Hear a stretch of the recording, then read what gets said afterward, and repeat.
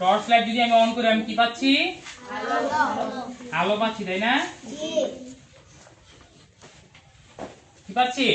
আলো। তো torch light যখন আমি অন করি তখন পাচ্ছি কি? আলো। আচ্ছা, টর্চ লাইটের ভিতর কি থাকে? কি থাকে? ব্যাটারি। টর্চ লাইটের ভিতর কি থাকে? ব্যাটারি থাকে। আচ্ছা, ব্যাটারির ভিতর কি শক্তি থাকে, সঞ্চিত থাকে? ব্যাটারির ভিতর বৈদ্যুতিক শক্তি সঞ্চিত থাকে না। ব্যাটারির ভিতর থাকে রাসায়নিক শক্তি। কি শক্তি? কি শক্তি? ব্যাটারির ভিতর থাকে রাসায়নিক শক্তি। কি শক্তি?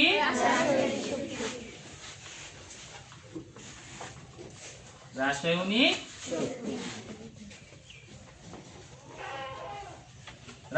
শক্তি। কি থাকে? রাসায়নিক শক্তি।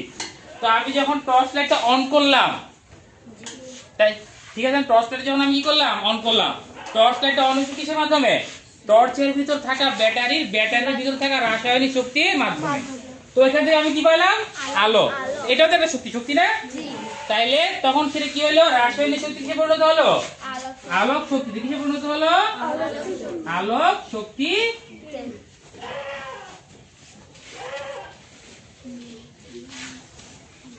তাইলে দেখো, শক্তি প্রথমে ছিল এক অবস্থায়, একটা রূপে ছিল, পরে সেটা কি হলো? আরেকটা রূপে রূপান্তরিত হলো। আরেকটা রূপে কিসে পরিণত কি হলো?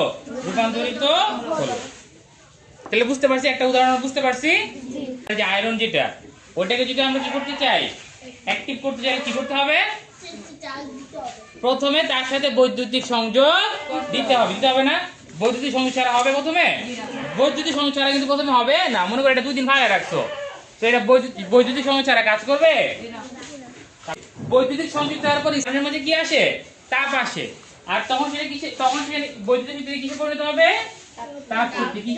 কিসে?